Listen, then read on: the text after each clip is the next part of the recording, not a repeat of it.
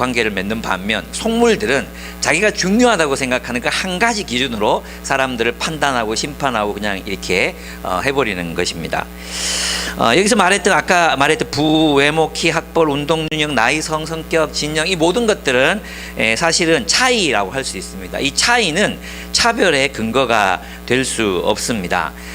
사전적 정의를 살펴보면 이제 차이는 서로 같지 아니하고 다름 또는 그런 정도나 상태 이렇게 해석이 되고, 차별은 둘 이상의 대상을 각각 등급이나 수준 따위의 차이를 두어서 특정 집단을 사회적으로 격리시키는 통제 형태라고 이렇게 정의를 합니다. 그래서 사람들을 이제 구분 짓고 벽을 치고 넌 우리와 달라라고 배제시키는 행위가 차별이라고 할 수 있습니다. 그리스도인은 누구냐? 그리스도인은 차이를 근거로 차별하지 않는 사람입니다. 우리는 차별하는 이 세상 속에서 차이를 존중하고 다양성을 긍정하는 사람들로 함께 살아가야 한다는 것입니다. 이것이 오늘 이제 야고보서에서 야고보가 우리들에게 가르치고 있는 내용이라고 할 수 있습니다. 왜 그렇게 살아야 하나요? 왜 그리스도인들은 사람들을 차별하지 않고 모두를 사랑으로 대하고 평등하게 대해야 하겠습니까? 첫 번째는 1절에서 4절에서 보여주는 것처럼 우리는 영광의 주 예수 그리스도에게 헌신한 사람들이기 때문이라는 것입니다. 우리는 영광의 주 예수 그리스도에게 헌신했기 때문에 우리는 예수 그리스도의 말씀을 따라서 세상을 살아가야 하고, 사람들을 대하는 사람들과의 관계에서도 바로 그런 우리가 예수를 왕이라고 믿는 그 믿음이 표현되어야 한다는 것입니다. 우리는 영광의 주님이신 예수 그리스도의 통치를 받는 사람들입니다. 우리는 이 악한 세대로부터 구원을 얻었습니다. 우리가 사람들을 차별하여 대하지 말아야 하는 이유는 우리가 예수님을 우리의 왕이요 주님으로 삼았기 때문입니다. 갈라디아서 3장 26절을 보시면 이렇게 되어 있습니다. 여러분은 모두 그 믿음으로 말미암아 예수 그리스도 안에서 하나님의 자녀들입니다. 여러분은 모두 침례를 받아 그리스도와 하나가 되고 그리스도를 옷 입은 사람들이기 때문입니다. 유대 사람도 그리스 사람도 없으며 종도 자유인도 남자와 여자가 없습니다. 여러분 모두가 그리스도 예수 안에서 하나이기 때문입니다 라고 이야기했습니다. 오늘날 일부 극우 기독교인들 중에는 인간은 평등하게 태어나지 않았다, 평등이란 없다고 주장하는 사람도 있는 것을 보고 제가 정말 깜짝 놀랐습니다. 어떻게 성경을 읽는 사람들이 이런 이야기를 할 수 있는가라는 생각이 들었습니다. 성경은 분명하게 우리가 서로가 서로를 대할 때 평등하게 사랑으로 대해야 할 것을 이야기하고 있습니다. 그래서 교회 안에서는 민족이나 사회적 지위의 높고 낮음이나 남자와 여자에 따른 차별이 없다는 것이죠. 있을 수가 없습니다. 우리는 모두가 모두를 정말 평등한 마음으로 사랑과 또 신뢰의 마음으로 서로를 대해야 한다는 거죠. 그것이 바로 환대라고 할 수 있습니다. 사실 환대란 다른 것이 아니라 한 존재를 그 존재 그 자체로 환영하는 것이 환대잖아요. 그저 식사 대접을 잘하고 뭐 이렇게 하는 것만, 그것만이 환대가 아닙니다. 그렇게 하면서도 우리는 그 식사 대접 자리에 있는 그 사람을 환대하지 않을 수 있습니다. 그 사람의 존재를 받아들이지 않는 채로 벽을 치면서 식사할 수도 있습니다. 그것은 환대가 아닙니다. 환대의 진정한 의미는 삼위일체 하나님께서 우리를 용납하셨듯이 한 존재, 인간 한 존재를 받아들이고 수용하는 것이라고 할 수 있습니다. 그래서 우리는 세상의 잣대로 사람들을 판단하고 차별해서는 안 됩니다. 이 야고보의 교회는 그런 일이 있었던 것 같아요. 금반지를 끼고 화려한 옷을 입은 사람은 환대하고 누추한 옷을 입고 들어오는 사람들은 무시하는 행위였습니다. 그것이 바로 차별이었고 그것을 악한 생각, 나쁜 생각이라고 이렇게 표현하고 있습니다. 그래서 그리스도인들에게 나쁜 생각이란 남을 죽이겠다고 마음먹는 것이라든지 또는 사기를 치겠다고 마음, 이게 나쁜 생각이 아니에요. 나쁜 생각이란 세상의 생각을 그대로 받아들이는 것, 세상의 그 관습을 그대로 받아들여서 그것을 교회 공동체 안에서 표현해내는 것, 그게 나쁜 생각이라고 할 수 있습니다. 그래서 이 악하고 나쁜 생각은 특별히 극악한 생각들이 아니라 그냥 세상적인 생각을 받아들이는 생각이 나쁜 생각이에요. 왜? 우리는 예수 그리스도의 바로 신하이자 백성이고 제자이기 때문이라는 것입니다. 그래서 있잖아요. 우리는 그렇습니다. 그것이 차별이고 그것이 나쁜 생각으로 판단하는 악행이라고 할 수 있습니다. 근데 저는 여러분들이 우리 교회에서는 적어도 이 부분에서 우리가 누군가를 차별하거나 이런 공동체는 그런 수준 낮은 그런 어떤 속물들의 공동체는 분명히 아닌 것 같아요. 그죠? 여러분들 속물이십니까? 아니잖아요. 그런데 우리가 이 속물적 근성을 자기 자신에게 적용할 수 있습니다. 고양이를 키우니까 고양이 털이 지금 입으로 들어간 것 같아요. 예, 삼키도록 하겠습니다. 예, 자기 자신을 세상적인 기준으로 판단하는 것도 그럼 뭐예요? 나쁜 생각에서 비롯된 악행이라고 할 수 있겠죠. 우리가 남에 대해서는 굉장히 관대하고 남은 환대하고 이렇게 할 수 있는데 사람들이 자기 자신에 대해서 세상적인 기준으로 자기를 판단하고 있다는 것을 무의식적으로 모르고 그렇게 할 때가 정말로 많이 있습니다. 그것도 악행이에요. 그것도 나쁜 생각이거든요. 하나님은 우리를 하나님의 작품으로 만드셨습니다. 그러므로 우리는 하나님의 눈으로 우리 자신을 바라봐야 합니다. 여러분, 자식들이 여러분 앞에서 자꾸 이제 엄마한테 엄마 난 쓰레기야. 엄마는 왜 쓰레기를 낳았어? 만약에 여러분들 앞에서 계속 여러분이 낳은 자식들이 엄마 난 쓰레기야. 왜 엄마 아빠는 쓰레기를 낳았어? 뭐 이렇게 얘기하면 여러분 좋겠습니까? 얘가 칼빈주의 사상을 드디어 받아들여서 자신을 죄인이라고 인식하는구나. 이렇게 생각하겠습니까? 마음 아프지 않겠습니까? 예, 똑같습니다. 우리가 하나님 앞에서도 하나님은 우리를 정말 예수 그리스도의 십자가의 보혈로 우리를 구속하셔서 하나님의 자녀로 삼으셨는데, 그죠? 우리는 우리 자신을 귀하게 여길 줄을 몰라요. 우리는 우리를 귀하게 여길 줄 모르고 쓰레기 취급하고 천대하는 그런 사람들이 생각보다 많이 있습니다. 여러분, 하나님께서 여러분에게 선사하신 것들을 바라보십시오. 여러분 안에 아름답고 근사하고 멋진 것들이 얼마나 많은지 모릅니다. 하나님께서 여러분을 그렇게 창조하셨습니다. 하나님께서 여러분을 구속하시고 여러분을 그렇게 만드셨습니다. 하나님께서 여러분을 수십 년 동안 빚어 오셨습니다. 여러분, 그 빚어 오신 그 과정들 가운데서 수많은 미워할 만한 사람들을 용서했고, 또 베풀 만한 가치가 없는 사람들이라고 여겨질 때도 그들을 사랑했고, 여러분들 용납했고, 여러분들이 가진 것들을 나누어 그들을 도왔습니다. 얼마나 위대한 삶을 살아오셨습니까? 여러분, 그냥 그렇게 그저 쓰레기 같은 삶을 살아온 게 아니에요. 하나님의 뜻에 복종하면서 그 젊은 시절들을 하나님께 드리고 정말 멋지게 여러분의 인생을 살아오셨습니다. 그 삶을 귀중하게 소중하게 여기셔야 합니다. 예, 여러분은 사랑을 위해서 애쓰면서 여기까지 달려오신 그런 위대한 존재들이십니다. 왜 이것을 거부하십니까? 예, 우리는 하나님 앞에서 하나님께서 우리를 보시는 그 눈길로 우리 자신을 바라볼 수 있어야 합니다. 그런데도 있잖아, 많은 사람들이 속물들처럼 한 가지 기준으로 자신을 판단하는 경향들이 있습니다. 목사들이 만나면 사이즈에 따라 계급이 나눠집니다. 이 사이즈는 그 사이즈가 아니니까 여러분이 잘 판단하셔야 됩니다. 목사들을 만나면 사이즈가 중요합니다. 그래서 앉는 자리도 다릅니다. 한 목사님께서 세미나에 참석했다가 앞자리에 가서 들으려고 앞자리에 갔더니 뒤로 가라는 거예요. 그래서 세미나인데 깜짝 놀라가지고, 아니 이 강사님은 저기 앉아 있는 게 보이고 자리가 많은데 왜 안 되냐고 그랬더니, 여기는 예약된 자리라고. 무슨 세미나 듣는데 예약된 자리가 어딨냐고. 근데 너무 버티고 싸우려 하다가, 그것도 또 보기가 그렇잖아요. 그래, 저 같으면 버텼을 것 같은데. 그래, 더럽다 하고 이제 뒤로 가서 제일 뒤에 가서 듣다가 나왔대요. 예. 이런 일들이 교회 안에서도 많이 일어납니다. 사실 로잔 대회에서도 제가 가장 속상했던 부분이 그거였습니다.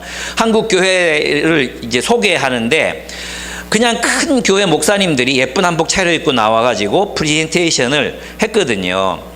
정말 너무 아쉬웠습니다. 그분들은 뭐 평소에도 명예가 많잖아요. 좀 내려놓고 노숙자 사역하시는 분들, 아니면 노숙자였다가 전도받아서 예수 믿고 지금은 이제 이 책도 팔고 그러면서 열심히 살아가시는 분들, 이런 많거든요. 이주민 사역하시는 목사님들, 또 직장에서 하나님 나라를 살아가는 평신도 성도들, 청소년, 어린이, 이런 친구들이 나와서 그 소개하면 안 됩니까?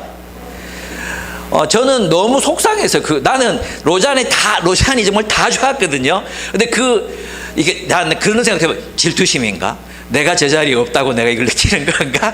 그건 아니었어요. 그건 분명히 아니었고 너무 아쉽다. 로잔이 어떤 대회인데 너무 아쉽다는 생각이 그 순간 저는 들었던 것 같습니다. 찬양도 아이자야 61이 와서 찬양하고 또 아일랜드인가 어딘가 와서 찬양식은 너무 좋았거든요. 근데 그것도 아쉬웠어요. 사실은 아프리카 사람들 있잖아. 아프리카 사람들. 그 사람들이 올라와서 찬양도 충분히 할 수 있거든요. 그죠? 인도 사람들 찬양할 수 있을 거 아니에요. 예, 그런 사람들 좀 올려보내가지고 같이 찬양하고 아프리카처럼 막 춤도 추고 좀 그랬으면 싶었는데 우리는 서구화된 그 음악이 길들여진 채로 이제 그렇게 찬양을 드렸거든요. 이런 한 가지 것들이 우리의 세계관, 우리의 마인드, 우리의 생각을 반영하는 것들이잖아요. 그것이 너무너무 아쉬웠어요. 지금도 아쉬워요.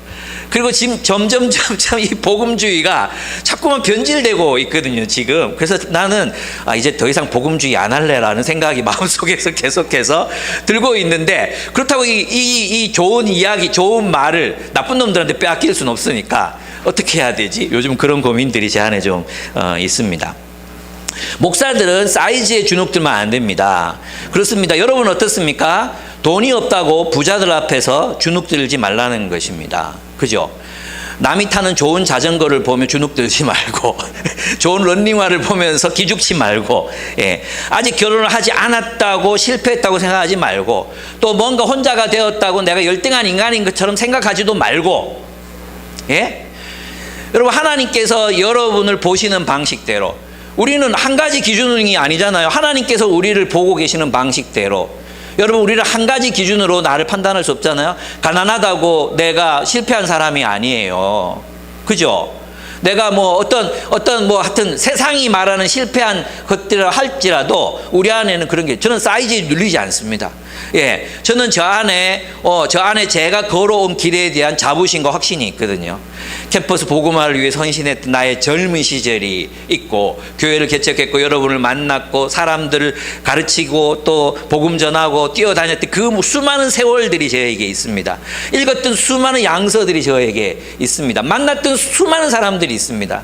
사랑했고, 좌절했고, 다시 일어났고, 이 모든 삶의 이야기를 저는 가지고 있습니다. 저는 The Great 김유복입니다. 여러분, 이게 교만인가요? 여러분은 여러분 자신을 어떻게 여기십니까? 세상이 말하는 그 한 가지 기준에 자기 자신을 이렇게 그냥 대입하고, 나는 실패한 인생이야. 나는 이랬으니 저랬으니 실패했어. 그게 뭐예요? 그건 아니지. 그건 세상적인 생각이지. 하나님은 우리를 그렇게 보시지 않는다니까요. 하나님은 우리의 총체적인 모습과 우리의 역사 전부를 가지고 잘했다, 착한 종아, 이렇게 말씀하시는 분이 우리 하나님이십니다. 그래서 여러분 하나님은 우리를 다면적으로 평가하시는 분이세요. 그러니까 여러분, 한 가지 나의 결점, 한 가지 나의 실패, 이 모든 것들로 자신을 판단하거나 평가하는 것은 뭐예요? 나쁜 생각이야. 그 나쁜 생각을 여러분이 떨쳐버리실 수 있어야 합니다. 그렇습니다. 여러분, 하나님이 선사하신 당신을 사랑하십시오. 여러분 자신을 돌보아주고 칭찬하시고 애썼다고 말해주시고 여러분 자신을 위로하실 수 있으셔야 합니다. 여러분 자신을 자랑스럽게 당당하게 여기시라는 것입니다. 그렇습니다. 그래서 오직 있잖아요, 겸손할 수 있는 사람은 높은 자존감을 가진 사람들만이 겸손할 수 있어요. 예. 자존심이 높거나 이기적인 사람들은 결코 겸손할 수 없어요. 높은 자존감을 가진 사람, 정말 자기 자신을 사랑할 수 있는 사람, 자기 자신을 자랑할 수 있는 사람이 겸손할 수 있습니다. 네. 저는 여러분이 그런 사람들이 되기를 바랍니다. 하나님의 눈으로 여러분을 바라보시기를 바랍니다. 두 번째, 우리가 이렇게 사람들 차별하지 않는 교회로 살아야 되는 이유는 하나님이 세상의 질서를 뒤집으셨기 때문입니다. 야고보서가 쓰이던 1세기 로마 제국 사회는 아시죠? 극심한 계층, 신분 사회였습니다. 상류층이 있었습니다. 거기에는 원로원, 귀족, 기사계급, 부유한 자유시민이 있었습니다. 그리고 중급이 있었는데 평민, 해방노예, 즉 자유인이라고 불리웠던 해방노예, 장인, 상인, 그리고 이런 사람들이 있었습니다. 하층의 노예, 외국인, 여성들이 존재했습니다. 오늘날 계급은 좀 다르죠. 자식, 여성, 개, 고양이, 남편의 순서입니다. 그러나 옛날에는 달랐습니다. 옛날에는 그때는 부와 지위가 곧 명예였고, 공적 모임에서는 높은 신분의 사람들은 앞자리로 앉히고, 그리고 낮은 신분은 뒷자리에 앉는 것이 당연한 시대였어요. 그러니까 야고보의 교회에 반지 끼고 화려한 옷을 입고 오잖아요. 그럼 앞자리에 모시는 것은 너무나 당연한 관례, 그 당시에 예의에 속하는 일이었어요. 근데 야고보는 그걸 비판하고 있는 거예요. 놀랍죠? 바로 1세기 사회는 그게 너무나도 당연한 것이었거든요. 근데 그 당연한 것을 하지 말라고 굉장히 경노하면서 이야기하고 있습니다. 그래서 있잖아요, 이 야고보가 차별하지 말라, 이 명령은 단순한 예절의 문제가 아니라 당시 사회의 기본 질서를 흔드는, 기본 질서에 대항하는 그런 저항의 문화였다는 것을 알 필요가 있습니다. 차별하지 말라는 것은 로마의 계급 사회에 대한, 제국에 대한 도전이었습니다. 왜냐하면 로마 제국의 질서는 위계와 그리고 후원 의존 관계가 그 사회의 근간을 이루고 있는 사회적 질서였어요. 부자들은 가난한 사람들에게 호의를 베풀어요. 혜택을 베풀고, 그리고 가난한 사람들은 부자들을 존경하고 복종하는 것, 이것이 철저한 로마 사회의 질서였거든요. 근데 야고보는 지금 뭐라고 말하고 있냐면 그 질서를 깨라는 거예요. 그 질서를 깨고, 로마 황제가 지배하는 제국의 질서를 깨고, 주 예수 그리스도, 영광의 주, 그 주님의 명령을 따라 너희는 사람을 차별하면 안 된다. 부자가 들어오면 어떡합니까? 지가 알아서 앉겠지. 가난한 사람을 앞자리에 앉혀라. 차라리 가난한 사람들을 앞자리에 앉혀라. 부자라고 특권을 제공하지 말아라. 이것이 야고보가 외쳤던 당시의 혁명적인 그런 말씀이었다는 것입니다. 그렇습니다. 그래서 로마 제국의 시스템 안에서는 평등한 관계는 존재할 수조차 없었는데, 교회 공동체로 모이는 그 순간에는 모두가 자신의 계급을 내려놓고 모자를 벗고 자신의 지위를 상징했던 겉옷을 벗고 모두가 하나님의 백성, 주 예수 그리스도의 제자로 평등하게 서로를 대해야 했던 것입니다. 그래서 있잖아요, 뭐 선거철만 되면 막 큰 교회, 뭐 국회의원, 뭐 이런 사람들 막 오잖아요. 그러면 또 그런 사람 오니까 우리 교회가 이만큼 영향이 있습니다. 앞자리에 앉히고 또 막 발표시키고 막 이렇게 하잖아요. 그거 야고보가 보면 정말 말도 안 되는 행위인 거예요. 말도 안 되는. 그죠? 그래서 제가 아는 목사님은 그 교회가 크거든요. 그래가지고 그런 전화가 자주 오는데, 이번에 뭐 대통령 가시는데 뭐 어떻게 한 말씀 하실 수 있겠습니까? 후보가 이렇게 한대요. 그러면 이제 비서를 통해서 얘기하는데, 오셨다고 광고는 해드릴 수 있습니다. 그러면 안 온대요. 그냥 광고하는 걸로 끝난대요. 김관성 목사님 교회에도 이재명 대통령이 후보로 있을 때 거기 가서 예배를 드리려고 했었는데, 이제 오시지 말라고, 우리에게 뭐 준비도 안 됐고 그랬다고 했대요. 저도 이제 누군가가 대구시장이나 뭐 홍준표 이런 사람 오고 싶다고, 오지도 않겠죠. 온다 그러면, 네, 오셔도 뭐 예배만 드리고 가시면 좋겠습니다. 이렇게 얘기해 보려고. 그런 전화가 한번 왔으면 좋겠어. 예. 그렇습니다. 하나님께서 세상의 질서를 뒤집어 엎으셨습니다. 업사이드 다운 킹덤을 만드셨습니다. 그래서 야고보는 이렇게 말합니다. 너희가 서로 차별하면 악한 생각으로 판단하는 자가 되는 것이다. 우리는 대신 이렇게 살아야 한다. 긍휼은 심판을 이기고 자랑한다. 교회 안에서 사회적 지위에 따른 구분은 무효다. 모든 사람들 하나님의 형상대로 평등하고, 우리는 사람들을 외모로 판단해서는 안 된다는 것입니다. 바로 그런 하나님의 성품을 본받으라. 하나님이 누구를 사랑했느냐? 애굽의 귀족들을 사랑한 게 아니야.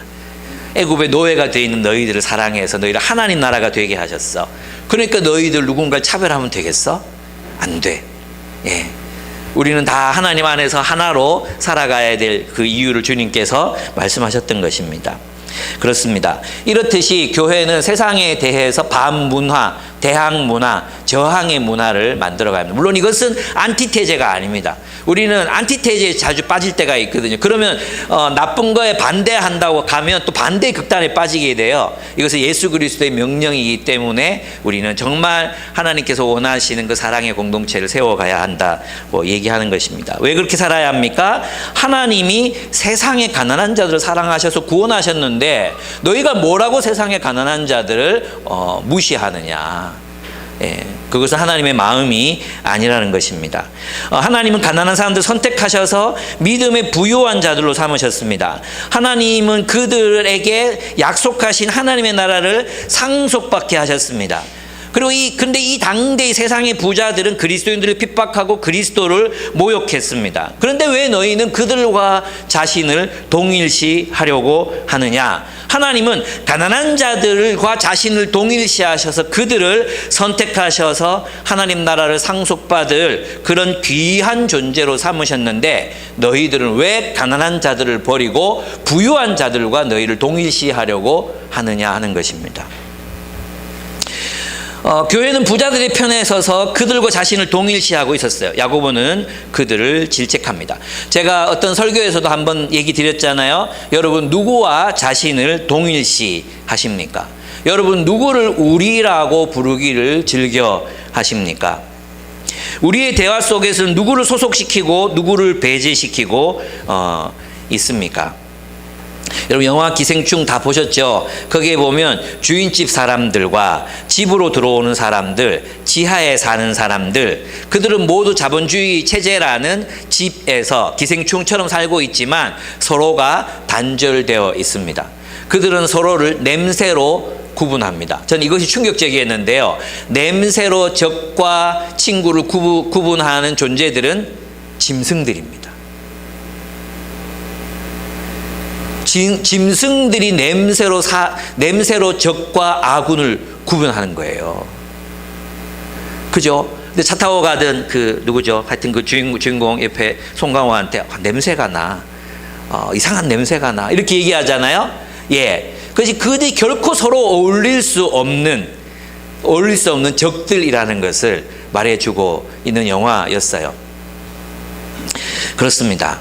여러분, 우리 그리스도인들은요, 항상 우리보다 낮은 가난한 자들과 우리를 동일시 해야 합니다. 예.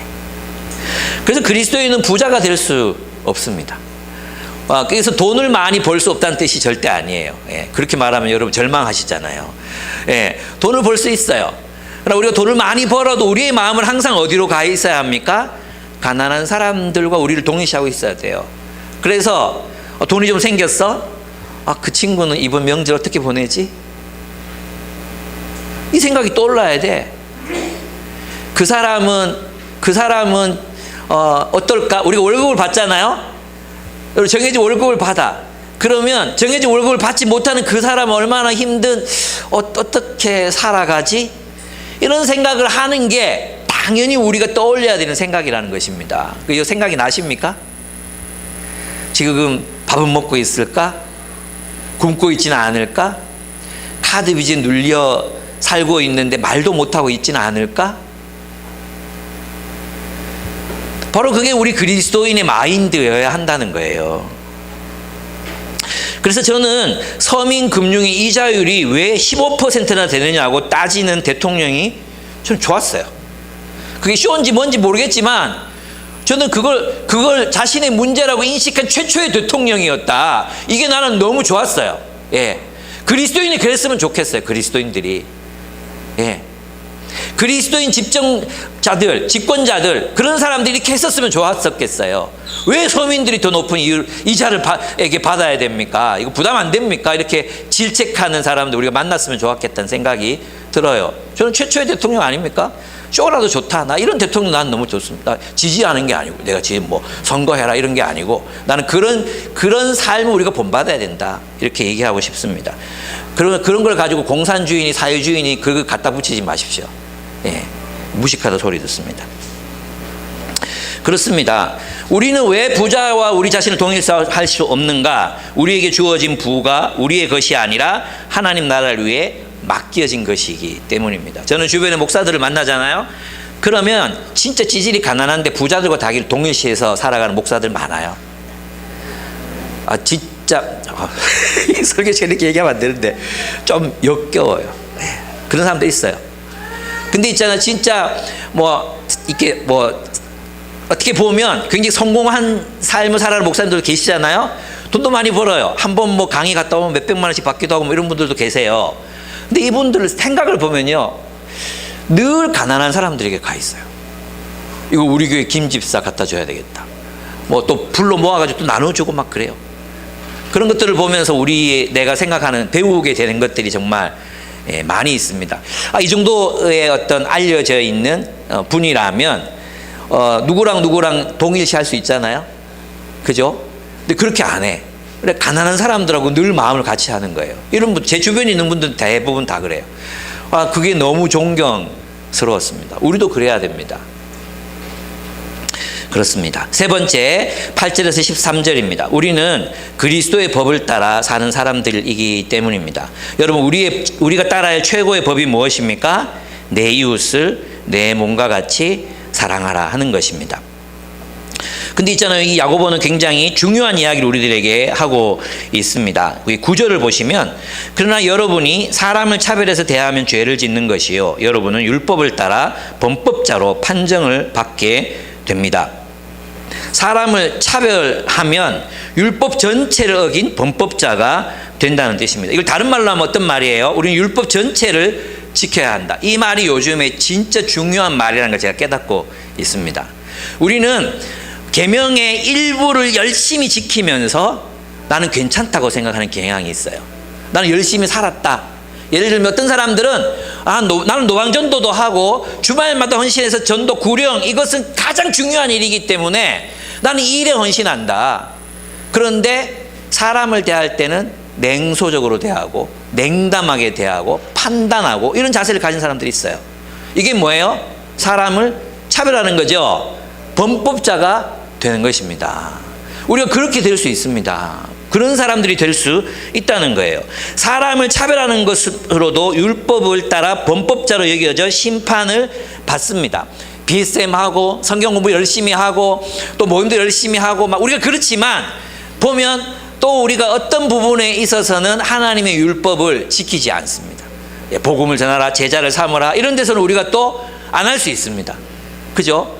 그러면서 우리는 마치 성경 공부 안 하고 책 안 읽는 사람들이 항상 약간 수준이 낮은 이렇게 생각할 수 있습니다. 그것도 범법입니다.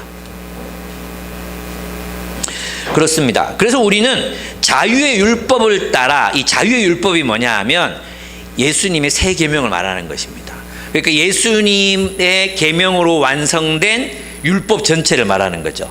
그냥 이 1세기의 유대인들이 율법을 지키는 것처럼 지키는 것이 아니라, 무슨 뜻인지 아시겠습니까? 예수님의 계명으로, 예수님의 말씀으로 해석된 전체 율법을 말하는 거예요. 예. 그 율법 전체를 지켜야 하는데 그게 뭐냐? 긍휼이라는 것입니다. 긍휼. 자유의 율법을 따라 심판을 받을 것처럼 긍휼을 행해야 한다. 긍휼 없는 심판. 네, 만약에 우리가 자비를 베풀지 않잖아요. 그러면 우리는 자비 없는 심판을 받을 거라고 이야기합니다. 왜냐하면 이웃을 내 몸처럼 사랑하는 것이 뭐예요? 계명의 완성이잖아요. 그죠? 우리를 자유케 하는 율법이잖아요.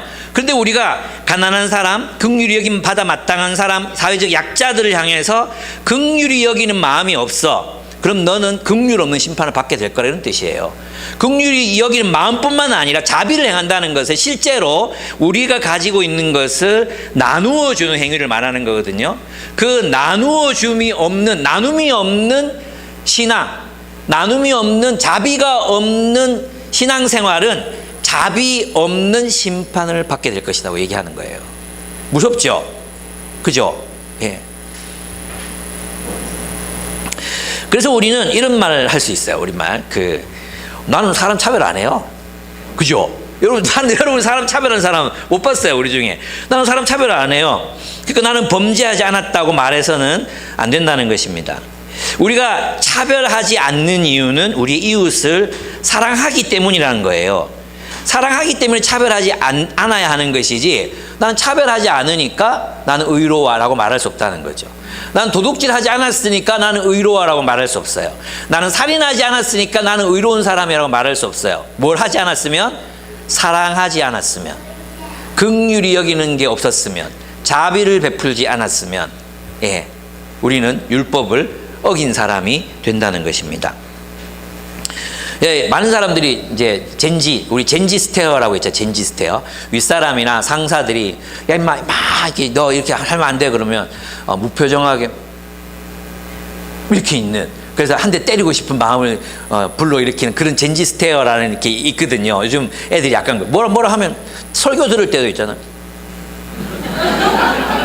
뭐라 하는데? 약간 이런 게 뭐라 하는데? 난 네가 아무리 그래도 난 절대 너의 말에 흔들리거나 감정적 동요가 없어. 이런 표정. 계속해 보세요. 이런 표정 있잖아요. 진지스테요. 예, 우리는 그러면 안 됩니다. 이런 말씀을 들을 때 우리는 그렇게 들으면 안 됩니다. 예, 정말 진지하게 우리 자신의 삶을 돌이켜 봐야 합니다. 심판은 자비를 베풀지 않는 사람에게는 무자비합니다. 13절. 그 자유의 율법으로 심판을 받을 것처럼 살라고 했단 말이에요. 네. 그래서 야고보서는 있잖아요. 행함이 없는 믿음은, 다음 이제 단락에 나오거든요. 행함이 없는 믿음은 죽은 거다. 죽은 거다. 이렇게 얘기하는 거예요. 그래서 믿음은 행함으로 증명하는 것. 어떤 행함? 자비의 행동, 자비의 행함, 자비의 실천. 그게 우리에게 있어야 되는 거예요. 예. 여러분의 말에 가끔씩 이제 이렇게 듣잖아요. 그러면 여러분 다 그런 거 아닌데, 어떨 때 보면 이건 그냥 이렇게 하면 될 것 같은데, 이런 거 있잖아요. 그런 게 있거든요. 예. 근데 막 이렇게 해야 되나? 예, 뭔지 얘기하면 또 실족할 사람도 있어가지고 얘기 안 하겠습니다. 예. 그렇습니다. 잘 생각해 보세요. 그러면 압니다. 여러분 양심에 손을 얹고 생각해 보면 알 수 있는 그런 내용들입니다. 네. 여러분, 우리가 사람을 차별하지 않는다는 거 있잖아요. 이거 목숨 걸어야 될 일이라는 거예요. 한편으로 생각해 보면 목숨 걸어야 되는 일이다. 히틀러 지배 아래 고백교회는 사람들을 차별하지 않기 위해서 목숨을 걸었습니다. 장애인들과 유대인들을 학살하라고 나치가 명령을 내렸을 때 고백교회 지도자들은 목숨을 걸고 차별을 반대했습니다. 그들을 보호했습니다. 그리고 많은 목사들, 독일인 목사들이 가스실로 끌려가서 죽임을 당했습니다. 저는 독일이 살아날 수 있었던 이유는 이 고백교회 목사들 때문이다. 지금도 교회가 건재할 수 있는 이유, 독일이 사실 세계 3위 정도 선교비를 지출하는 나라거든요. 그러니까 그렇게 살아있을 수 있었던 이유는 고백교회 때문이에요. 그 교회의 크기가 아니라 사실은 진실한 신앙 고백을 가진 교회들이 결국은 교회의 역사를 이어갑니다. 우리 교회 같은 교회가 이제 이어간다는 뜻이죠. 네. 그렇습니다. 오늘날 우리는 차별과 배제를 정의라고 부르는 사람들을 우리 주변에서 만납니다. 차별과 배제를 마치 정의로운 일인 것처럼 떠드는 사람들을 만나게 돼요. 우리 아시죠? 이제 조사를 해봤잖아요. 목회 데이터 연구소에서 조사를 했어요. 극우가 몇 퍼센트냐? 교회 안에 한 14% 정도 돼요. 14%. 이번에 국민일보는 20% 나왔던데 그건 보수인데 극우는 14% 정도 되는데 이 비율은 대한민국 국민들하고 거의 비슷해요. 그러니까 교회가 더 극우화되어 있는 게 아니에요. 근데 놀랍게도 있잖아요. 장로 권사들만 따로 뽑아가지고 조사를 하잖아요. 34%가 나와요. 목사들도 14%예요. 목사들도 극우화되어 있지 않아요. 문제는 뭐죠? 거기 있죠. 문제가 거기 있는 거예요. 그거 없애야 돼요. 그래서 장로들을 없애야 돼. 장로를 뽑지 말아야 돼. 이 34% 왜 그렇습니까? 가진 게 많거든. 가진 게 많은 사람들이거든. 그래서 세금 더 내라 하는 사람들 죽이고 싶은 거죠, 막. 세금 더 내야 된다. 가난한 사람 돌봐 이러면은 자기 재산, 자기 거에 막 생각이 나잖아요. 그래서 34%가 반대하는 겁니다. 극우가 되는 거예요, 극우가. 저는 뭐 보수, 애국, 애족, 뭐 너무 좋잖아요. 저도 애국, 애족. 예. 저도 그렇고요. 교리적으로 저 완전 꼴통 보수. 그런 사람이잖아요. 그런데 왜 34%? 극우는 기독교가 아니에요. 저는 이 점에서 정말 한국 기독교가 제대로 정신 안 차리면은 지금 미국 꼴 난다. 찰리 커크가 암살당하고 이런 일이 일어났잖아요. 그런 일이 일어난다. 진짜 우리가 경각심을 가지고 극우에 대해서는 경계해야 된다고 저는 확신하고 있습니다. 제가 그 얘기를 좀 하겠습니다. 미국 극우의 상징 인물이었던 찰리 커크가 총격으로 사망했습니다. 이 사람 얘기를 들어보면 굉장히 설득력 있고 복음적인 이야기들이 굉장히 많이 있습니다. 우리가 이 포스트 모던 시대, 또 자유주의 시대에 또 많은 이제 어떤 시대의 조류가 반기독교적으로 흐르고 있을 때 성경의 진리가 진리라고 약간 셰퍼를 떠올리게 하는, 프란시스 셰퍼를 떠올리게 하는 그런 인물이 이 찰리 커크였어요. 근데 굉장히 신망받고 복음주의권에서 신망받고 그랬던 인물이었거든요. 근데 이 사람이 못한 게 있었어요. 뭐냐 하면 이 약간 자기들이 좌파 사상을 전파하는 사람들이 명단을 공유하면서 그 사람들에 대해서 공격했어요. 예. 그러니까 어떤 걸 빌미를 준 거예요? 폭력적으로 그 사람들을 대우할 수 있는 길을 열어놓은 거죠. 그리고 이번에 정말 아이러니가 있었는데 이 사람이 했던 모든 말들이 다 틀린 게 아니에요. 굉장히 설득력 있고 굉장히 또 복음을 잘 변증하고 기독교인들의 라이프 스타일을 잘 변호하는 그런 아주 탁월성을 가진 인물이 찰리 커크였어요. 그런데 그가 총기 소지를 적극적으로 찬성합니다. 그리고 사고로 죽은 피해자들에 대해서 조롱에 가까운 이야기들을 했어요. 그 사고다. 우리도 경험한 거 있잖아요. 세월호 사건. 그 사고다. 뭐 이렇게 있잖아요. 그냥 넘어가려고 합니다. 이런 일들. 그리고 유색인종들, 이민자들, 그리고 성소수자들 이런 사람들에 대해서 굉장히 차별적인 언사들을 사용합니다. 그래서 어떻게 되느냐 하면 참 이게 아이러니인데요. 그 플랜카드 이름이 뭐예요? Prove me wrong. 내가 틀렸다는 걸 증명하라는 거잖아요. 논쟁하자, 토론하자는 거예요. Prove me wrong. 근데 그때 강연하고 있었던 내용이 총기 소지는 어쩔 수 없이 총기 소지를 합법화한 나라에서는 불가피한 희생자가 나올 수밖에 없다. 근데 총에 맞아 죽은 거예요. 이게 정말 놀라운 아이러니입니다. 그리고 지금 밝혀진 바에 많은 사람들이 뭐 이 사람 죽인 사람이 레즈비언이다, 뭐 트랜스젠더다, 막 이런 식으로 몰아가는데 얘를 쏴 죽인 사람은요 더 극우예요.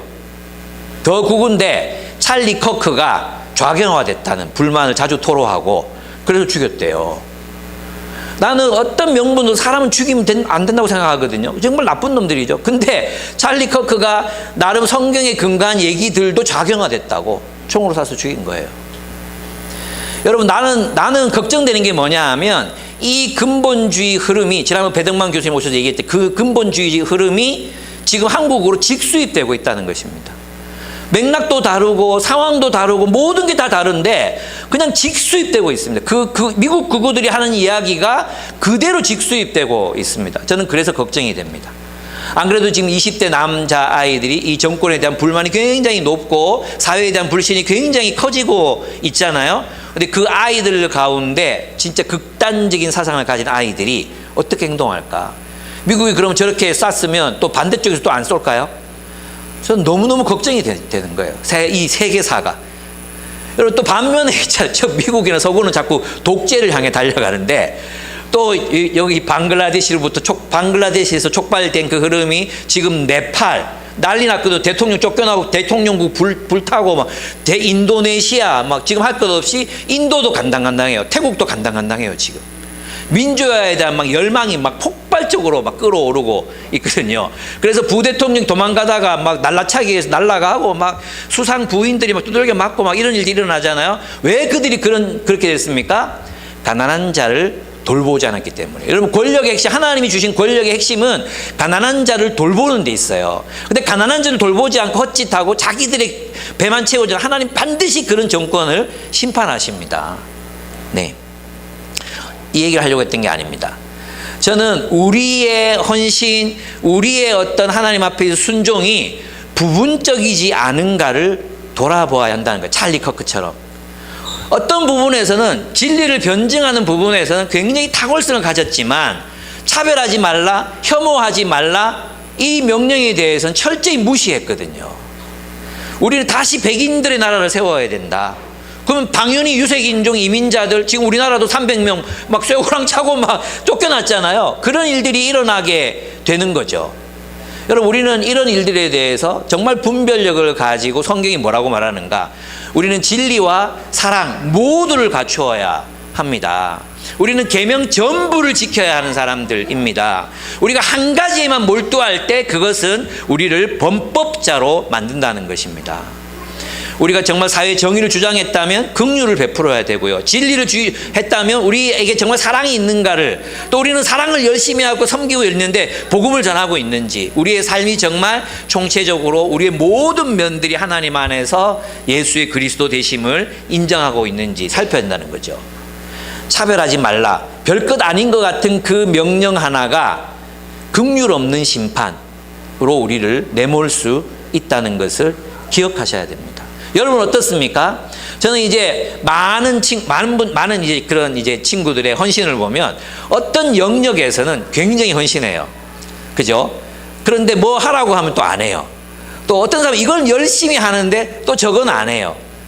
우리의 삶이 모든 계명에 대해서, 하나님이 주신 그 계명에 대해서 충실하게 진리와 사랑의 균형을 가지고, 그리고 자비와 긍휼, 정의, 이 모든 것들이 균형을 가진, 그래서 총체성을 이루는 그런 우리의 삶으로 하나님께서 우리를 인도해 가셨으면 좋겠다는 생각이 듭니다. 그래서 여러분, 왜 욕먹습니까? 저는 그 얘기 많이 들어요. 로잔에 가서 그런 얘기 많이 들었어요. 아니, 지금 로잔에 보면 지금 지도부하고 그 다음에 진짜 실제 운동가들이 있었거든요. 운동가 그룹에서 지도부에 대해서 계속 비판적인 입장을 취했어요. 근데 그분들이 나오셔서 이제 반론, 디베이트를 하셨는데, 아니, 우리 그 사람들 주장하는 것처럼 가난한 사람 잘 섬기고 있고 구제 열심히 하고 정말 우리 다 하고 있다. 근데 왜 이렇게 비판하는지 모르겠다. 이런 얘기를 나오는 분마다 다 한 분씩 다 하셨어요. 근데 아니었거든요. 여러분 있잖아요. 가만히 보면 우리 소년보 목사 교회 있죠. 소년보 목사님 교회. 이 교회 구제 진짜 많이 해요. 그리고 혼자 사는 독거 노인들, 독거 부인들, 하여튼 그런 분들 있잖아요. 진짜 많이 도와요. 그런 사람들을 많이 돕는 교회, 진짜 타의 추종을 불허할 정도로. 그리고 가난하고 작은 교회 구제 엄청나게 하는 교회예요. 그런데 여러분, 이 명령처럼 뭐 하지 말라 그랬어요? 차별하지 말라. 차별하지 말라 했잖아요. 근데 그 하나에 걸려서 교회 전체가 무너지고 있는 겁니다, 지금. 만약 소년보 목사님께서 진짜 처음 마음을 가지고 계속 가난한 사람들을 사랑하고 가난한 사람들의 편에 서고 그렇게 살았다면, 그리고 모든 사람들을 좀 포용하고 그렇게 하셨다면 저는 한국교회 이미지가 너무너무 좋아졌을 것 같아요. 여러분, 왜 김장한 목사님이 욕을 먹습니까? 김장한 목사님 하시는 걸 보면 빌리 그레함 목사님을 꼭 따라하고 있다는 생각이 들거든요. 그죠? 근데 김장한 목사님, 측근에서 섬겼던 비서였던 분이 우리 지방에 이제 계십니다. 저랑 같이 굉장히 친한 친구예요. 근데 이 친구분이 하시는 얘기가 가까이서 보면 정말 청렴결백하시대요. 돈이 생기면 가난한 사람들이 그렇게 많이 나눈대요. 그런데 있잖아요. 누구의 입장만 변호했습니까? 권력자들의 입장만 변호했어요. 아시죠? 최상병 사건 아시죠? 최상병이 그렇게 급류에 때려 죽었어요. 그리고 그걸 밝히려던 정의로운 박정훈 대령이 있었는데 그 사람을 한 번도 만나지 않았어요. 근데 이 재판을 덮기 위해서 그 위에 있는 사람들 만나가지고 보호해달라고 청을 놓고 그랬단 말이에요. 만약에 김장한 목사님이 최상병 가정도 찾아가. 그래서 너무 아픔이 많으시죠. 너무 고통스러우시죠. 손 한 번 붙잡아주고, 그리고 정의롭게 이 판결이 이루어졌으면 좋겠습니다. 이야기하고, 박정훈 대령도 만나가지고 그렇게 격려하고, 그런 모습을 보였다면 한국 기독교는 정말 달라졌을 거예요. 근데 우리는 너무나 편협하게 내가 부자들 전문 복음 전도자야. 나는 전도환한테도 복음 전했고 노태우 전도회가 노태우 집안이 다 예수 믿었어. 그것만으로 안 된다는 거예요. 무슨 뜻인지 아시겠습니까? 제가 이렇게 말하면 저는 부자들을 그럼 증오하는, 아니에요. 우리의 삶에는 우리가 모든 사람들에 대해서 차별하면 안 된다. 그리고 차별을 넘어서서 뭐 해야 된다고요? 모든 사람을 사랑해야 된다. 특별히 우리가 지도자급에 있는 사람들이라면 이 일을 정말 잘 할 필요가 있습니다. 안 그렇습니까? 네. 그렇습니다. 그래서 이제 그 변상욱 대기자입니까? 그분이 나와서 하시는 말씀이 뭡니까? 그래, 다른 사람들을 돕는 거 좋아. 근데 왜 권력자만 돕냐고. 왜 약자들, 피해자들 찾아가지 않냐고. 왜 권력자들만을 변호하냐고. 뭐 그래 변호하는 거 좋지. 근데 왜 약자들 입장에서 대변하고 그들과 함께 울지 않냐고. 그게 바로 우리가 누구를 우리의 범주에 넣는가를 보여주는 행위라는 거예요. 여러분, 그리스도인은 항상 우리의 범주 안에 가난한 사람들이 있어야 합니다. 우리가 부자라도요, 가난한 사람들이 우리의 범주 안에 있어야 합니다. 우리를 부끄럽게 하신 분들이 많잖아요. 김장하 어른 뭐 이런 분들 그리스도인이 아님에도 불구하고 막 자기는 걸어 다니면서 있는 돈만 생기면 가난한 사람들 퍼주고 막 그렇게 사셨잖아요. 그 우리를 부끄럽게 하신 하나님의 방법이죠. 네. 그래서 우리의 마음 속에 그러한 어떤 긍휼함, 자비를 행함, 이 마음들이 우리 안에 있을 때 우리가 진정한 그리스도인으로 살아갈 수 있습니다. 혹시라도 우리의 모습들 속에 그런 편벽된 모습, 어떤 면에서는 굉장히 열심이면서도 어떤 부분에서는 정말 인색하고 또 헌신하지 않는 그런 모습들이 혹시라도 우리 안에 있다면 우리가 우리 자신을 돌아보며 하나님의 온전한 율법, 우리를 자유케 하시는 그 온전한 율법을 다시 묵상하고, 아, 내가 이런 부분이 약했구나, 그래서 세워가야지, 이런 것들을 여러분이 연습하시고 훈련하시는 여러분들이 되시기를 축복합니다. 아멘. 왜 아멘을 안 하지? 너무 당연한 얘기를 지금 했는데 왜 아멘 안 합니까? 아멘? 네. 아멘을 강요. 윤야 왜 입 안 뛰는데? 네. 여러분, 계명에 대한 부분적인 순종, 그것은 곧 불순종이다. 이 이야기를 이제 야고보가 하고 있는 것입니다. 우리는 모든 계명에 대해서, 하나님의 계명에 대해서 정말 신실하게 따라가고 있는지 자신을 돌아보셔야 합니다. 그렇습니다. 결론을 맺겠습니다. 현실 사회에서 평등은 불가능합니다. 그러나 우리는 적어도 속물이 되지는 않기로 결단합시다. 한 가지 기준으로, 외모로 표기된 그 수많은 외적 조건들로 사람들을 평가하는 일을 멈춥시다. 그리고 하나님이 주신 새로운 눈으로 서로를 바라봅시다. 그 눈은 긍휼의 눈이요, 사랑의 눈이요, 자비의 눈입니다. 자기 자신에 대해서도 세상적인 기준으로 자신을 바라보지 맙시다. 하나님의 눈으로 여러분 자신을 돌보고, 여러분 자신을 칭찬하고, 여러분 자신을 위로하고 살기를 바랍니다. 가난한 사람들에게는 실제적인 자비를 베풉시다. 저 위에서 수혜적인 입장에서, 그래 옛다, 돈 있으니까 받아라, 이런 수혜적인 입장이 아니라 그들과 완전히 동일시되는 입장에서 얼마나 아플까, 얼마나 자존심 상할까, 얼마나 무서울까, 얼마나 고통스러울까, 그 마음이 우리들에게 항상 마음속에 깔려 있어야 합니다. 그래서 우리는 그 가난한 사람들에게 실제적인 자비를 베풀어 자유를 주는 율법을 따라 살아갑시다. 주님이 우리의 삶을 심판하실 그날에 주님께서 우리를 긍휼히 대하시도록, 주님이 우리를 심판하실 그 종말의 날에 주님께서 우리를 자비롭게 대하시도록 우리가 누군가의 긍휼과 자비를 베풀며 살아가신 여러분들이 되시기를 축복합니다. 아멘. 예, 저도 그렇게 살아가려고 애쓰겠습니다. 우리 함께 기도하시겠습니다. 오늘 들은 말씀들 가운데 여러분 마음속에, 우리의 마음속에 하나님, 참 내가 이런 부분이 약했네요. 하나님, 또 회개합니다. 또 저를 고치겠습니다. 또 주님 앞에 그렇게 했으면 좋겠고요. 또 먼저 회개의 기도를 하나님 앞에 좀 올려드렸으면 좋겠습니다. 함께 기도하겠습니다. 관계를 맺는 반면 속물들은 자기가 중요하다고 생각하는 그 한 가지 기준으로 사람들을 판단하고 심판하고 그냥